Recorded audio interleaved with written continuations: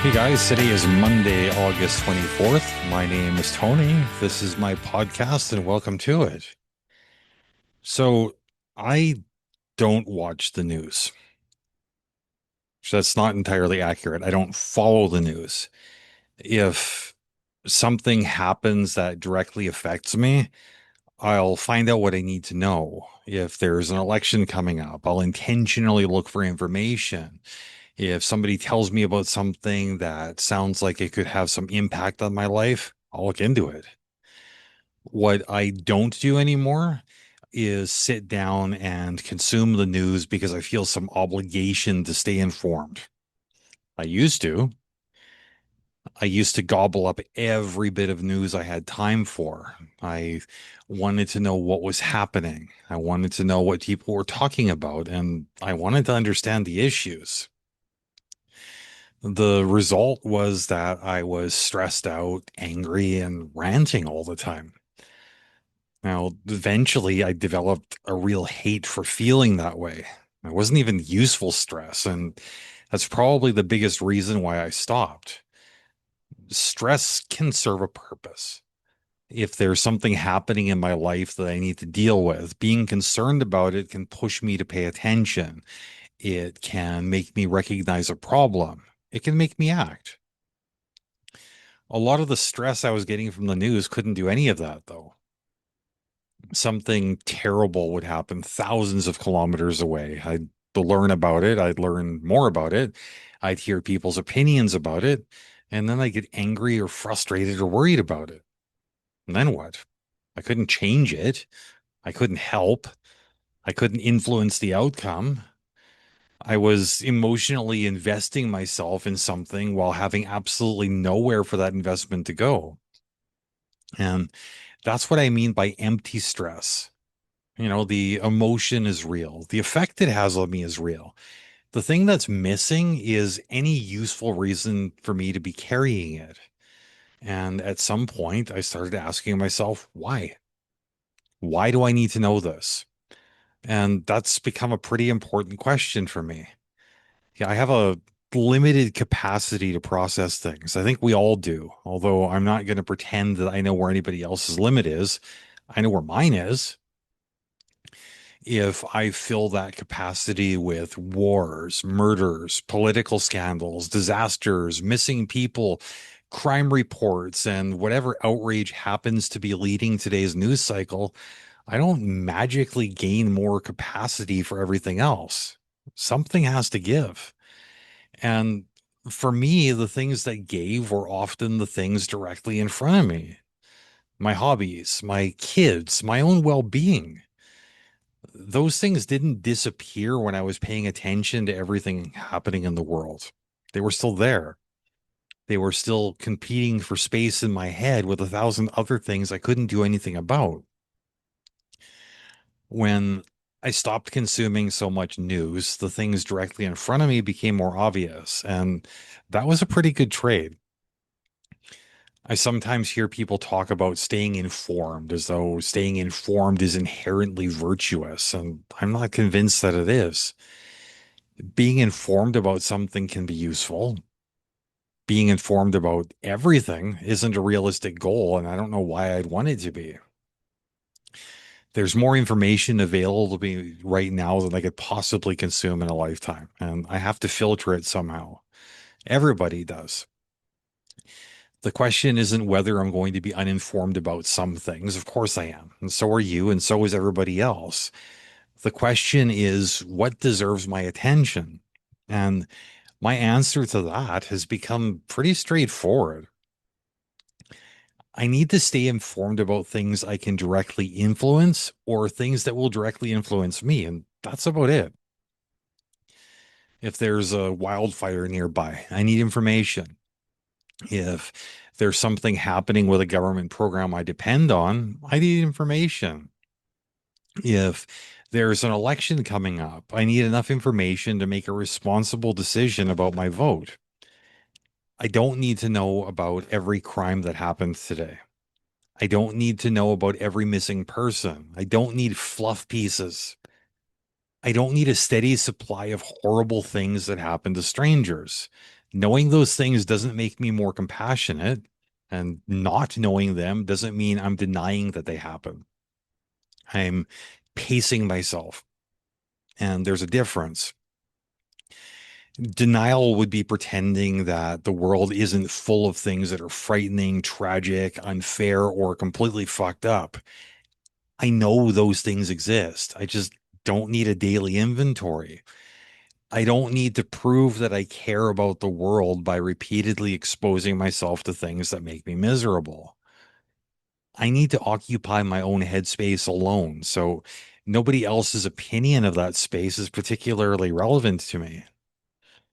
There's definitely social pressure around this. We're supposed to stay informed. It's treated almost like a civic responsibility. If you don't know about the latest major story, there's sometimes an assumption that you're disengaged or irresponsible. And there is one place where I think that argument has some weight: voting. I think I have a responsibility to understand enough about an election to make an informed choice. My solution isn't to spend the months or years between elections consuming political news every day. When an election matters to me, I intentionally search out information about the issues that directly affect me and the people I care about. Then I look at the viable candidates and figure out which one best represents those concerns. That's very different from letting somebody else decide what I'm going to think about today. And that's another reason I've become uncomfortable with the news as a category. News is curated. Somebody decides which stories make the cut. Somebody decides which story leads. Somebody decides how long it gets. Somebody writes the headline. Somebody chooses the footage. Somebody decides which details deserve emphasis. And none of that necessarily means that they're lying. It does mean that I'm not receiving some neutral stream of everything that happened today. I'm receiving a selection. And that selection also has to compete for my attention. And sometimes that means being exciting wins over being informative. Fear gets attention, anger gets attention, conflict gets attention. Something being shocking gives me a reason to keep watching it. That's not necessarily the same thing as giving me a reason to know it. When I actually need information, I prefer to seek that out intentionally. Even then, getting information that hasn't been curated at all can be difficult. I'm not pretending that I've solved that problem. Sometimes I'll use online tools to check the bias of an article or a source. Sometimes I'll deliberately look at something I agree with through the sources of people who don't agree with it. If I like what I'm hearing, that's probably a pretty good reason to see what someone else who hates it has to say. Now, none of that guarantees that I'll arrive at the truth. It does put me in charge of what I'm investigating, and that's important to me. There's another argument for following the news that I've heard before. It gives you some things to talk about. I understand the argument. If everybody knows about the same handful of stories, everybody has some common material for conversation. But I don't think that's necessarily a benefit. I'd rather talk about almost anything else. I have independent thoughts. I have concerns, beliefs. I have interests. Hopefully, the person I'm talking to has all of those things too. And I'd rather explore that territory. Tell me what you've been thinking about lately. Tell me about something you're trying to understand. Tell me about something you've changed your mind about. Tell me what's happening in your life. Tell me about something you've become obsessed with that I know absolutely nothing about. Tell me about something you're building. Tell me about somebody you love. Tell me about something you're struggling with. Tell me something that actually belongs to you.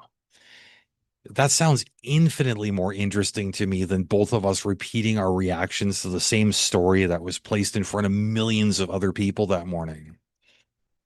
I think there can be an illusion of connection when we're talking about current events. We're talking, we're exchanging opinions, we're engaged. We might even be having a passionate conversation, but that doesn't necessarily mean we're learning much about each other. Sometimes we're mostly discussing somebody else's agenda. And I'd rather know what's happening inside your head than what's happening on the news. Now, that doesn't mean current events can never lead to meaningful conversations. Of course they can. Something happening in the world can touch something personal. It can reveal values, experiences, fears, priorities, or disagreements that actually matter to us. That's different from needing a constant supply of current events so we have something to say to each other, though. I already have things to say, and so do most people I've met. Sometimes we just have to get past the superficial stuff before we hear them. And there's also something I've noticed since I stopped following the news. I still hear more about it than I want to. If something genuinely significant happens, there's a pretty good chance somebody's going to mention it. I'll see a reference somewhere. It'll come up in conversation. I'm not living in a cabin with the internet disconnected. When something looks like it might directly affect me, I'll investigate. If somebody is getting ramped up over something and it sounds like the story might have been sensationalized, I'll probably investigate that too. Sometimes I find that the thing creating all of that anger or fear looks quite different once you get away from the framing around it. And I like helping people notice when that happens, not because I think everybody should copy me and stop following the news. If somebody genuinely loves it, have at it. If reading about world events every morning makes your life richer, I'm not interested in talking you out of it. I'm more interested in the people who don't love it, the people who feel compelled to keep checking, the people who are angry all the time, the people who feel anxious because there's always another terrible thing happening somewhere, the people who feel helpless because they're carrying emotional reactions to problem they have absolutely no power to solve. I recognize that person. I used to be him. Stepping away didn't make the world better. It didn't make any wars stop. It didn't reduce crime. It didn't make politicians behave themselves. It didn't prevent disasters. It didn't solve anything happening thousands of kilometers away. It changed what was happening here. I had more room for my own life. Being less informed was part of that. And I'm completely comfortable saying that. There are things happening in the world right now that I know nothing about. There are probably major stories that millions of people have been following that I couldn't explain to you, and I'm okay with that. All of us have limited influence. All of us have limited time. All of us have limited attention. And at least for me, there's no prize for using mine to absorb as much information as possible. I'd rather know enough about the things I can influence. I'd rather pay attention to the things that can influence me. I'd rather have some capacity left for the people I love. I'd rather notice my hobbies. I'd rather notice my kids.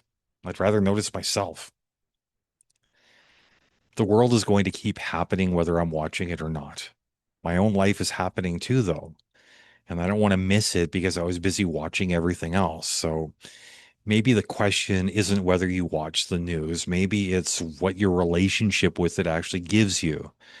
How much of what you consume helps you make a decision, take an action, understand something that affects your life, or do something useful?